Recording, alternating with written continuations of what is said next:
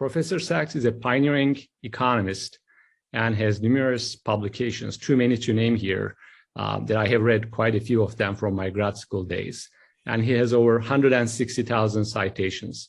Professor Sachs was twice named among Time's 100 most influential world leaders and was ranked by The Economist among the top 3 most influential living economists. We will have the Q&A at the very end of the talk, but meanwhile, please feel free to use the Q&A window for any questions you have, and we'll take them at the end, one by one. For more information on the Center for Peace and Development and Security in Context, please visit our website. We'll have the recording available shortly on our website, also on the YouTube channel. Professor Sachs, welcome. Thanks for joining us. And before further ado, the camera is yours. Thank you so much, and greetings to everybody. Thank you to University of Oklahoma for inviting me. And thank you for asking me to speak on the topic of U.S.-China relations and multipolarity. We're in a tense period, of course, with China, even described as a Cold War. We're in a very tense moment with Russia. And in my view, we are not doing ourselves our own best favor the way that we're acting by failing to understand that there's a more cooperative, mutually beneficial path. I think we're trapped in the wrong kind of thinking, actually, about our international relations. Of course, in the American self-narrative, the U.S. should lead the world, and other countries should fall into line. Other countries don't see it exactly that way. They want to maintain their own sovereignty, their own sense of direction. In my opinion, the United States policymakers and politicians in public often interpret that as hostility or irreparable conflict, whereas I view it as actually rather natural that major powers like China or Russia don't want to be led by the United States. But to my mind, it does not mean that they don't want to cooperate. We just have to understand, I believe, better where real cooperation can lie and what the gains from cooperation are.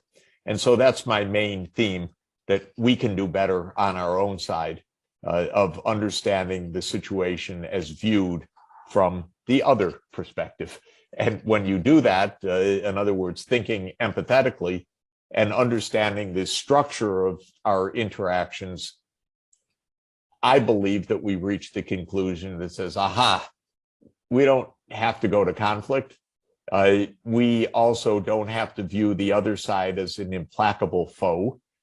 Rather, we should try to find the right modus vivendi between us and understand what the complaints really are.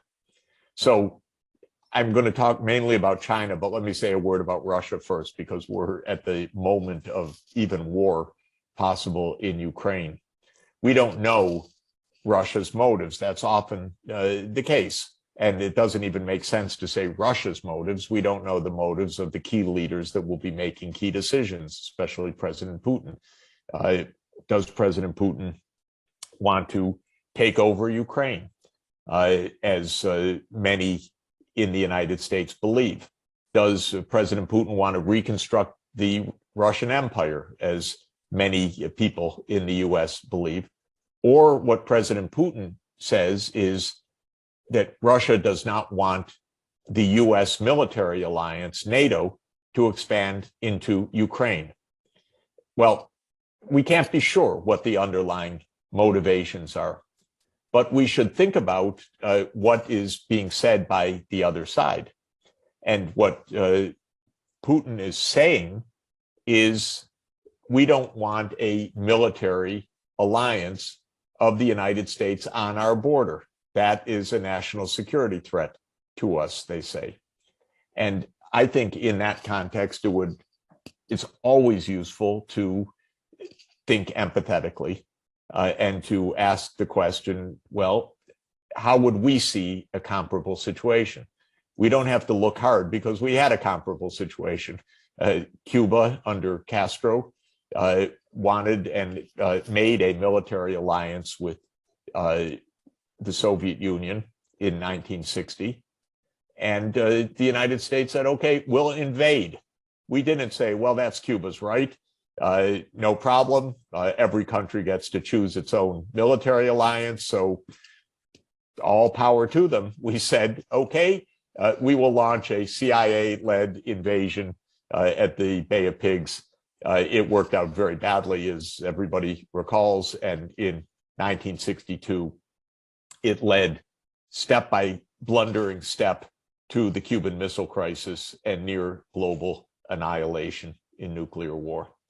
So we went through that experience. We didn't want on our border a foreign superpower. And think about it today. Suppose that the government of Mexico said one day, you know, we're a sovereign country. We have a right to choose our own military alliance, and we really want an alliance with the People's Republic of China. Washington would not step back and say, okay, they're sovereign. That's okay. No problem. We respect that. But that's what we're saying that Russia should accept. We're saying that it's a principle, not just a fact, but a principle that Ukraine should have the choice to choose its own military alliance. That's supposedly a moral right. So Putin says, no, I will take action if that happens. As I said, we don't know Putin's underlying motivation, but I believe that the right answer to this question, at least from our game theoretic response right now, would be to say, you stay out of Ukraine, but we understand that NATO in Ukraine is viewed as a real provocation. And so we will exercise restraint on our side also, so that NATO won't expand to Ukraine. We won't claim that it has the right, because it doesn't. But also, you will not take a step foot inside Ukraine. And to my mind, whether that would work as a peace measure or not, it's not appeasement. It's perfectly sensible. It views the situation from the other party's side as well, which is that they don't want the United States military on their border. And I don't blame them, just as we wouldn't like it in the other direction. So all of this is to say that in any relationship of statecraft, it's important not to assume the worst of your counterpart. That guarantees war, by the way, but rather to understand, and even more important, to negotiate, because it's only through dialogue and negotiation that we can even assess. By the way, in statecraft, you can make agreements and then one side can cheat on them afterwards. So you don't make agreements that are irreparable, that are simply being gullible, but you make agreements that are reinforced by reputational values and by potential responses if there's violations on the other side. So all of this is to say we should be thinking more clearly. Well, my view is the same applies to China. We have come to think of ourselves as in an implacable confrontation with China. And sometimes in our media, it's referred to as the Communist Party state or whatever.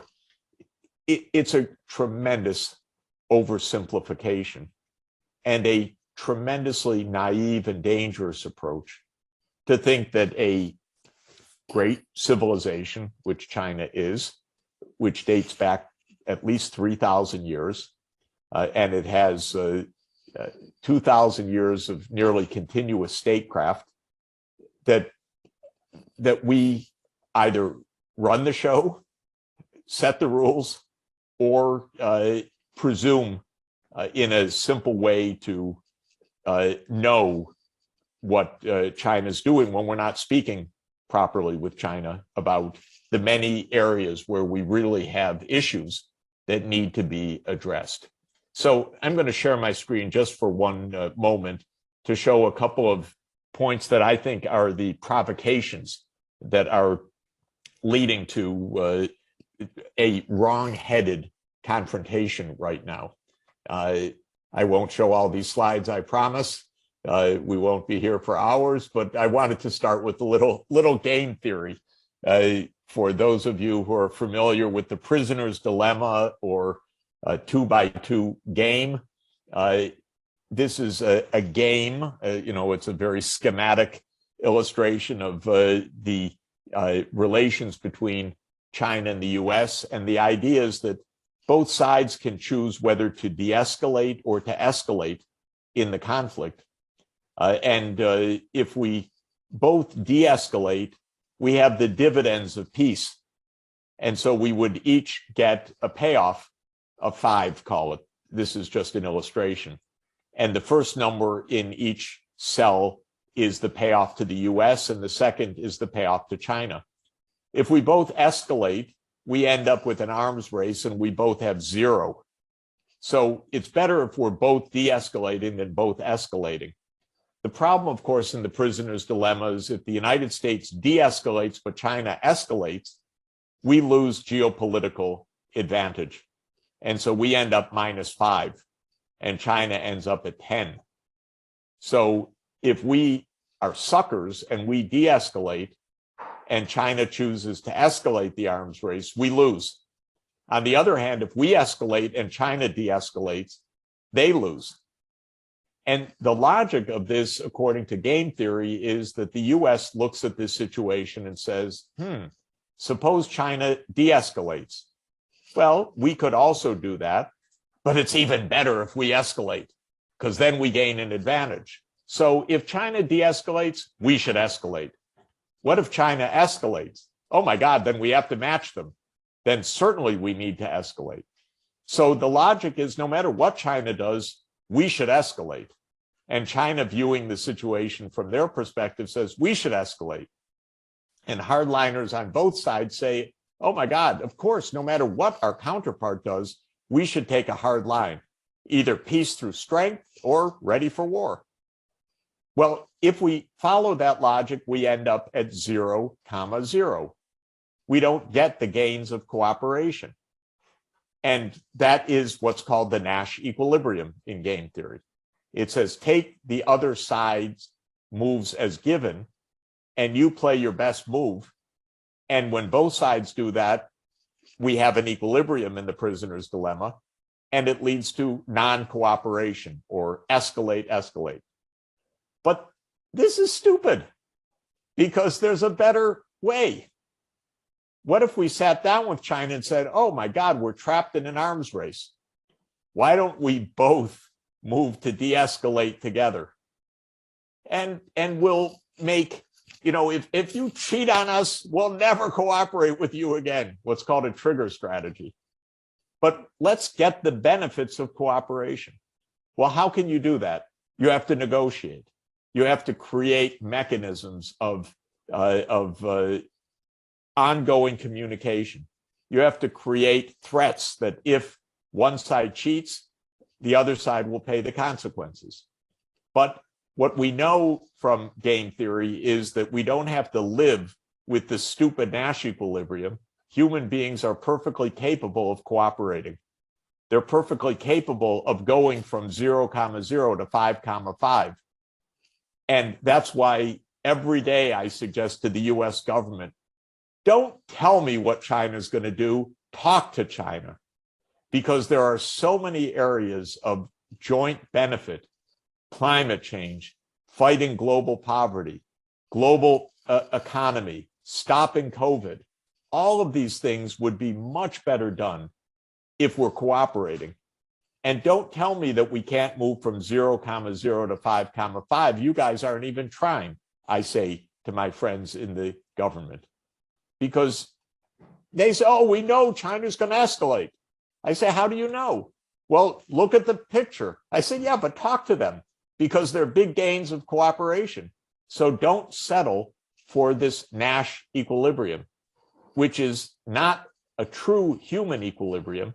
It's only an equilibrium if you simply take as given what the other side is going to do. Then you arrive at the wrong conclusion. And I believe that American policymakers believe that China's actions are fixed and hostile. That's how we act. We even say it in our security documents that China and Russia want to shape a world antithetical to US values and interests. You know what I say to that? Nonsense. Because going to China several times a year for the last 30 years, it's not true. What China wants to do is be prosperous, powerful, capable, secure, just like we do. They're not interested in shaping a world antithetical to our values and interests. They're interested in their own well-being. And their own well-being is enhanced by cooperation with the United States, not by confrontation with the United States. If we take as given that they're out to destroy us, okay, we'll end up in a non-cooperative arms race. But if we actually realize how big the gains from cooperation are, we'll end up in a better place.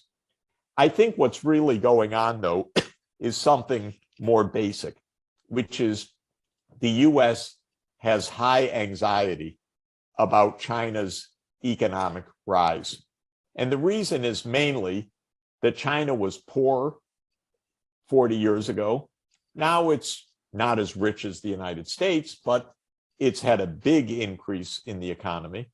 And because there are 1.4 billion people in China, more than 4 times the American population, that looks threatening to Americans. But it should not be, it is not threatening per se, it just looks threatening. And there's a basic misunderstanding. And this graph, I think, can help to explain what's happening. It's a little bit busy, and let me just describe. These are the shares of the world economy of different regions. So the United States is the blue line. Back in 1820, at the beginning of this graph, the United States was a couple percent of world output. By 1945, we were 30% of world output. Victorious in World War II, industrialized, powerful, and we felt we're pretty invincible. We're the biggest economy in the world. And that's the blue line.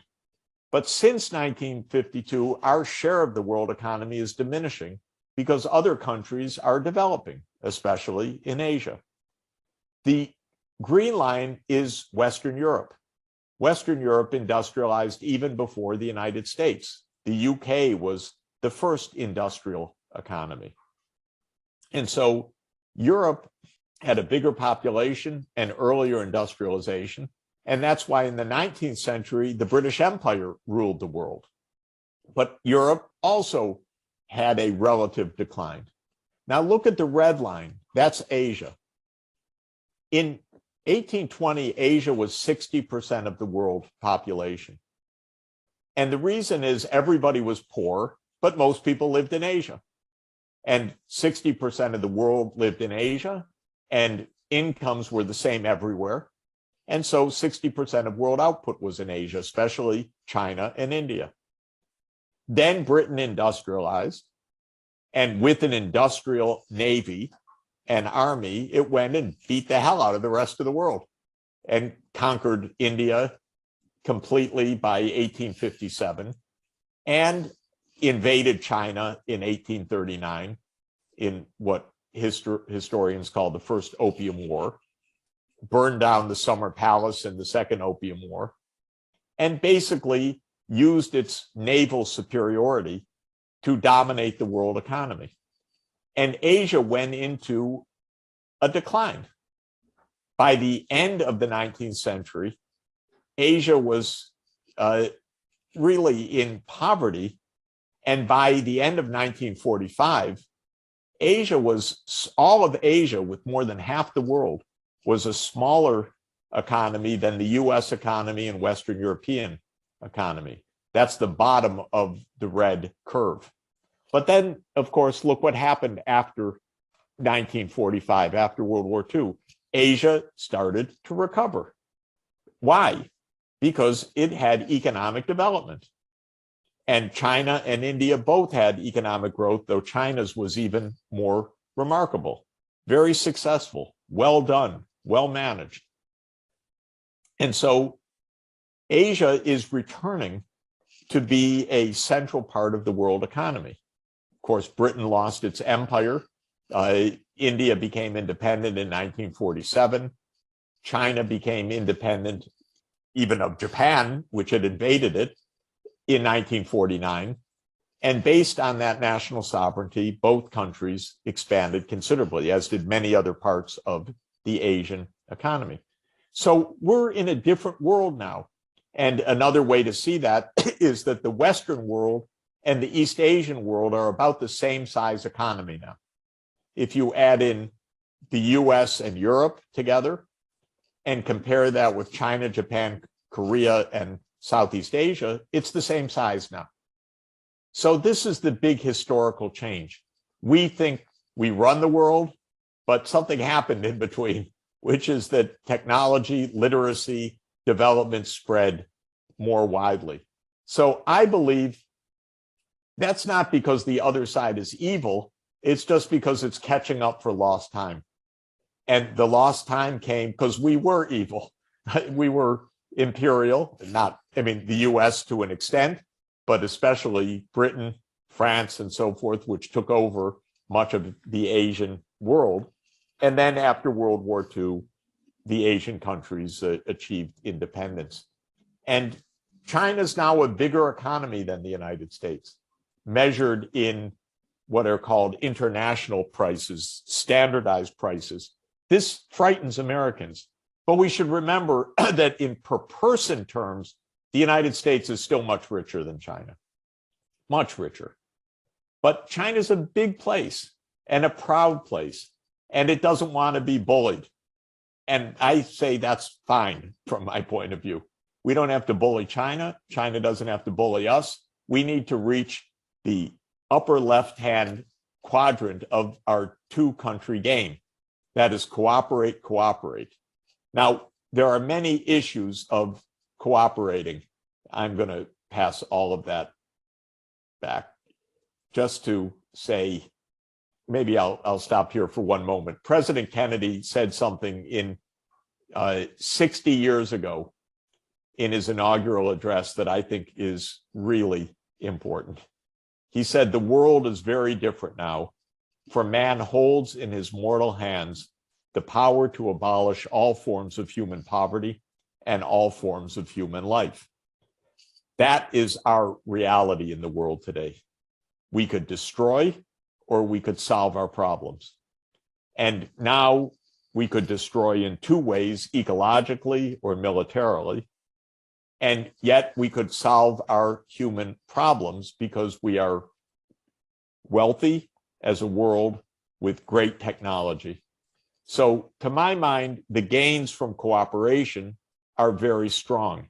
And the areas that I would list for key cooperation are ending global poverty, protecting the environment, resisting the rise of inequality, managing all of the big shifts of population age structure and so on, and urbanization, and maintaining global peace. So these are big gains of cooperation. This is what it means in real terms to go from 0,0 to 5,5 in our game together. We should sit down with China and say, you know, if we work together, my God, what we could accomplish, as opposed to fighting with each other.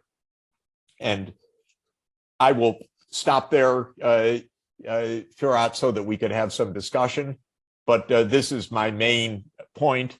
And my real point goes back to the observation that I made with NATO as well. We misunderstand a lot of the reasons for conflict. In recent months with China, we've said, oh, China's going to invade Taiwan. But what China says is something quite different, which is Taiwan, which is part of China, many want to secede. We didn't like it very much when the U.S. had its secession and fought a civil war. China doesn't want to have a civil war. The United States has been saying, oh, don't you dare invade Taiwan. But what we're really saying is that we're intervening in internal China matter, which makes China furious. And the more furious China gets, the more the United States seems to intervene by saying, oh, don't you dare threaten Taiwan.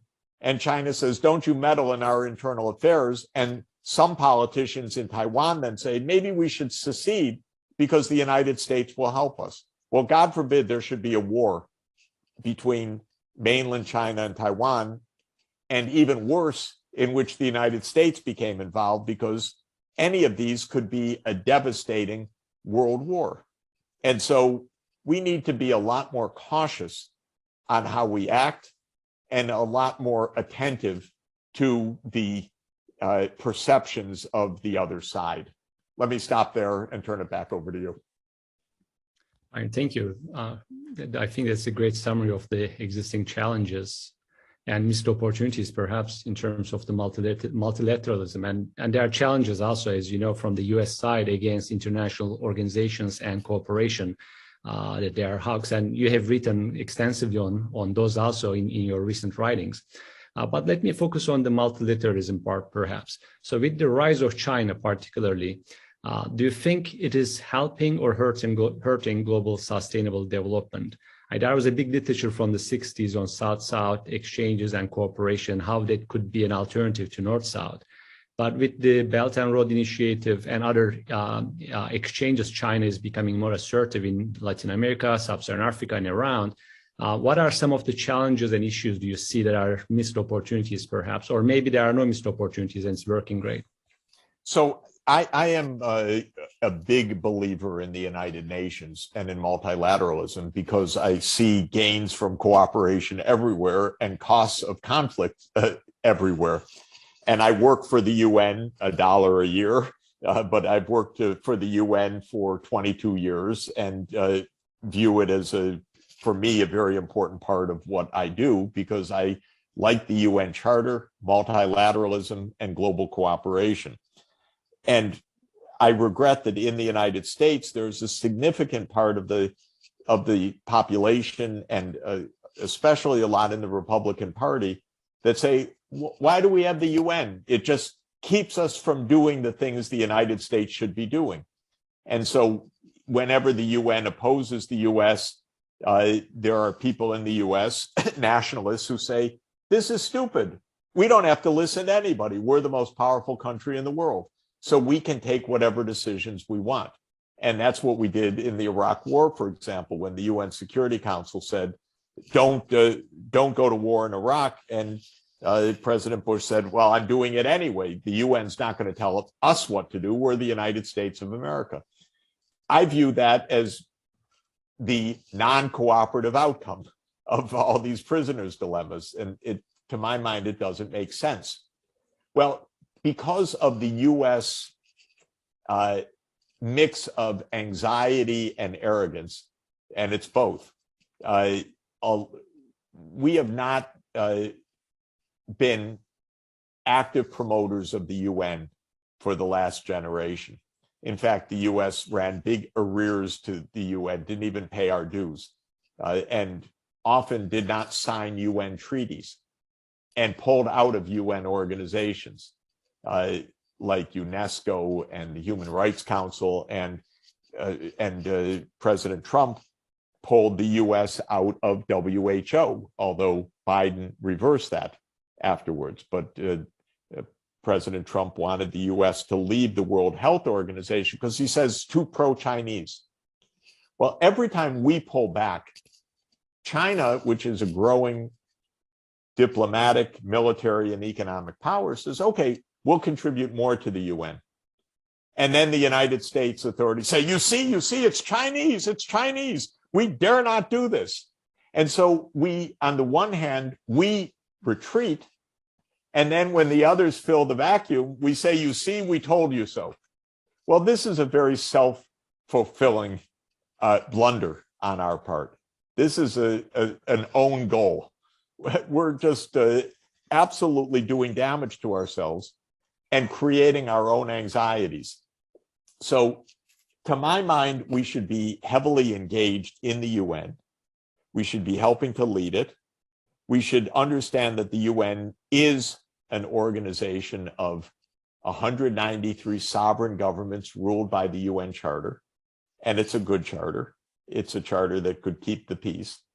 And I believe we should respect that and help to lead it, in fact, which we haven't been doing. We don't even sign or ratify UN treaties for the last 20 years because the Senate is opposed to the UN system, or a significant part of it. So you can't get a 2/3 vote for ratifying even treaties like the UN Law of the Sea, the Convention on Biological Diversity, the Paris Climate Agreement was never put to the Senate for a vote, and many, many other treaties. And I think it's a huge mistake for the US.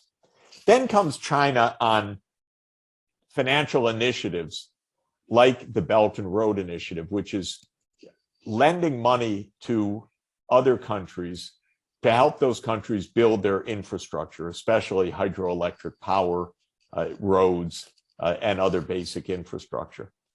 And the attitude in the US government has been, you see, it's a terrible trap. This is to put those other countries in debt and so forth. This is not my experience or impression. My experience is that what China's trying to do is drum up business for its companies. It's trying to increase its diplomatic presence, and it's trying to contribute to regional and global development, the same way the United States does when it makes loans. And so I don't see anything nefarious about the Belt and Road Initiative. I don't like every one of the projects. Sometimes I think the projects are poorly designed. But as a general principle, it's not a trick by China to get countries into bad debt. Not at all, by the way. If you're a creditor and you're trying to get your debtors into trouble, you're not very clever, because it's no joy to lend money to others and then not to be repaid. And actually, China would like to be repaid, and it's not trying to create a debt crisis. Some countries will get into a debt crisis if they misuse the funds or if they govern poorly, just like when the US has been a lender or others are a lender. But I think the Belt and Road Initiative on the whole is quite a good thing for Africa, because a lot of countries that don't have electricity are getting hydroelectric power. There are countries that don't have roads are getting road building and so on.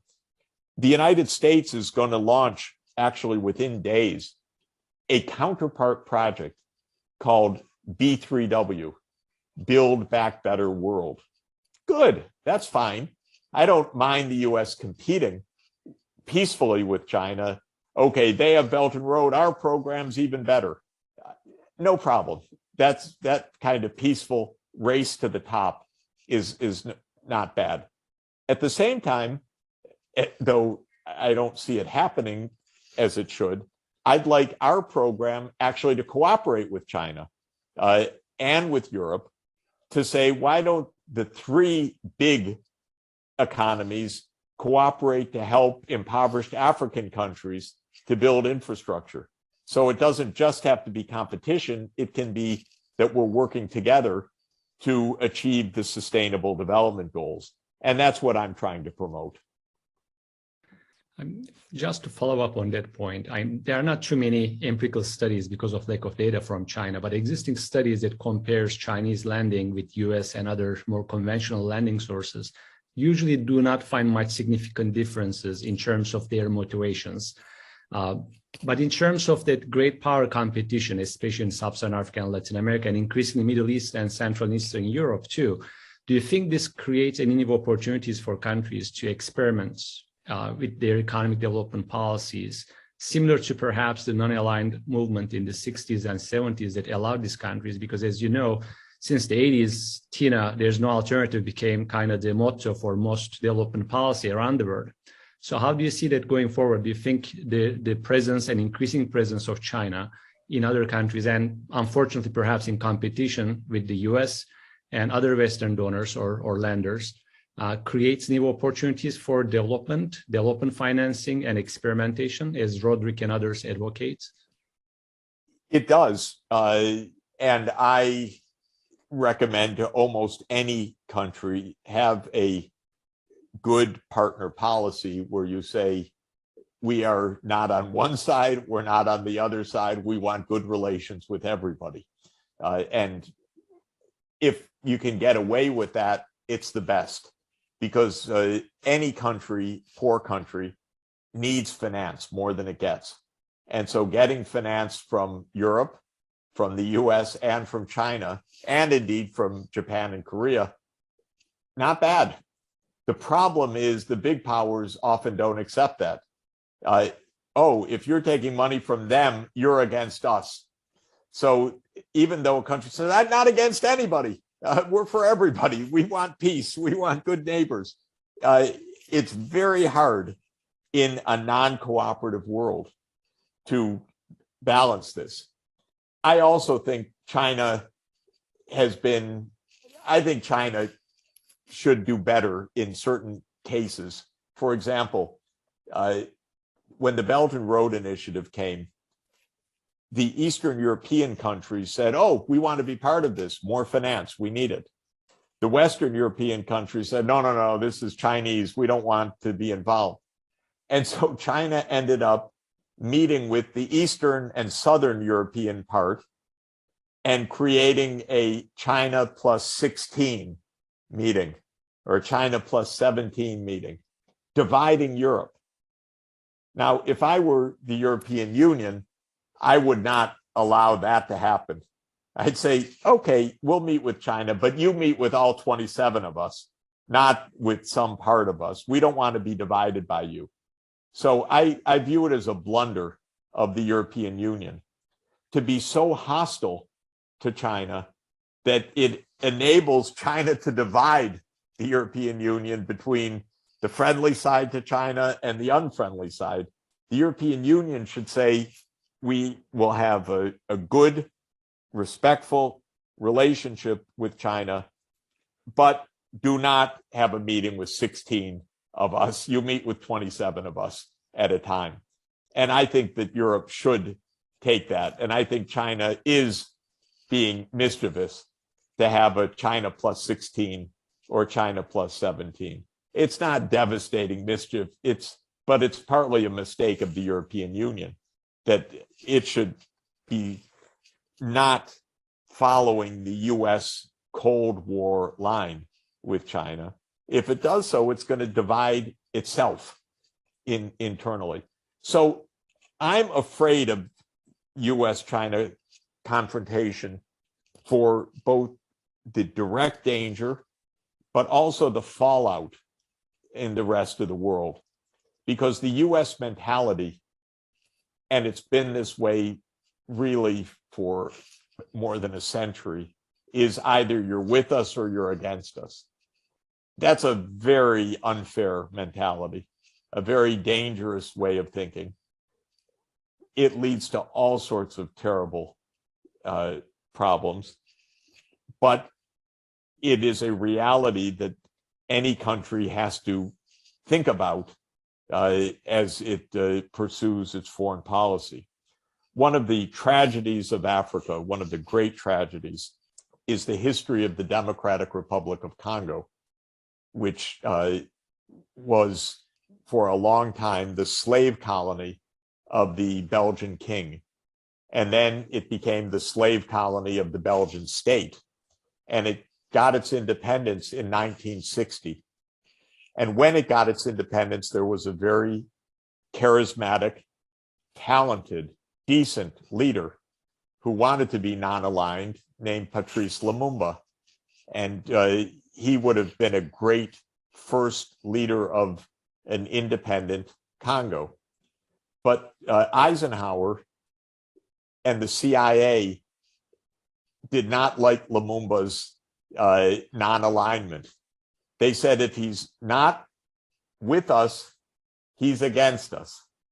And because the DRC was a producer of uranium, they were also afraid, oh, if he's not hostile to the Soviet Union, somehow they'll get the uranium supplies for nuclear weapons and so forth. So instead of treating Lumumba with respect as an independent leader, Eisenhower said that he should be killed. Actually, the order went from the White House, and the CIA participated in his assassination. And the US installed a dictator afterwards, Mobutu Sese Seko, who ruled the country until 1997 as a dictator. And that's all from the mentality, either you're with us or you're against us. That's the American mentality too often. So it's quite dangerous for countries in this situation. And I must tell you, I've seen that kind of behavior by the US authorities. I really dislike it terribly.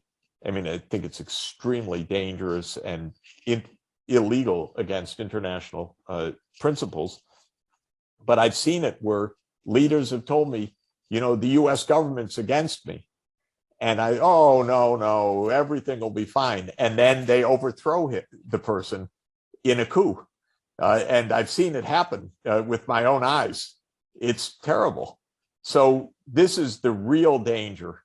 And I think it is an area where the US thinking has to really be modernized, because all of those occurrences don't lead to good outcomes for the United States. They lead to very bad outcomes. I fully agree with you there. We have two questions also additional, and I know that we are over time already, and I want to be respectful of your time too, so you tell me whether we can take two more questions or you need to go. One of them is about a topic that you have written extensively, reforming the global financial system, and whether China and the rise of other emerging markets helps, or in what directions changes the debate over reforming the global financial system from, for example, OECD's and G20 agreements on tax havens, right, with corporate tax rates, to Panama Papers type issues, and the lack of transparency and this tax evasion. And the second one is kind of linked to it too, with the international cooperation, or that lack of it. As of yesterday, 85% of people in Africa did not have even a single dose of COVID vaccine, while we are having third, fourth, in some cases, fifth doses in Western countries. And it's mostly because of the lack of access to vaccines, unlike in the United States, which is not lack of access to vaccines, but lack of vaccine uptake, the refusal to take the vaccines. So I'm going to stop there with those two questions. Yeah, and I'll have to be brief because I do have to run, though I'm very much enjoying being with you. The whole international financial scene has two fundamental issues. One is that it finances rich countries, but not poor countries very well. So the savings of the world flow to the countries that already have the capital, not to the countries that need the capital. So that needs a lot of rethinking. The second is that the system has been dominated by the US really since World War II. Before that, it was dominated by the UK. The dollar has been king. And we use that power not just for finance, but also for politics. We have sanctions on countries everywhere. We say, and we enforce those sanctions through the banking sector, because we tell other countries, either you play by our rules or you can't use the international banking system, the so-called SWIFT settlement system, which is based on the US dollar. So we have sanctions on Iran, we have sanctions on North Korea, we have sanctions on Russia, we have sanctions on Venezuela, all over. And these are unilateral sanctions. They're not through the UN. We say this, you have to do this, and if you don't do it, we block you in international settlements. I have many problems with that. One is I don't think one country should have that power to punish civilian populations in other countries, because these sanctions are very devastating in many cases. But second, as a practical matter, I think what the US is actually doing is speeding the adoption of alternatives to the dollar. And so I don't see this kind of power lasting for the long term. And therefore, we're in a transition from a dollar-based system to a multi-currency-based system. And I think that China will develop a payments mechanism that isn't dependent on SWIFT. And Russia wants to do that for obvious reasons. And it's a big question because we want actually a global system so that we can trade and cooperate with each other. But if we use it for just national purposes, it isn't a global system anymore. And so I think the US is overusing the sanctions because they regard it as cheap and expensive. It's not, American soldiers. It imposes high costs, but it's not a long-term political tool because other countries are going to say, there are other ways to do banking. We don't have to use the dollar for banking. So I think that these two big issues are present reform issues, very complicated, unfortunately, not for us to go deeper in just a few minutes, but both the issues of reforming the international financial system and the evolution of the international monetary system. Keep your eyes on it, get involved as researchers and students because they're fascinating and it's a very active area of change. Thank you. So shall we stop here? I think we have to, I think we have to, right. Thank you again for a very fascinating and insightful talk. And thank you for your time and your work. Pleasure to be with you today. No, thank you. Thanks to everybody. Bye-bye.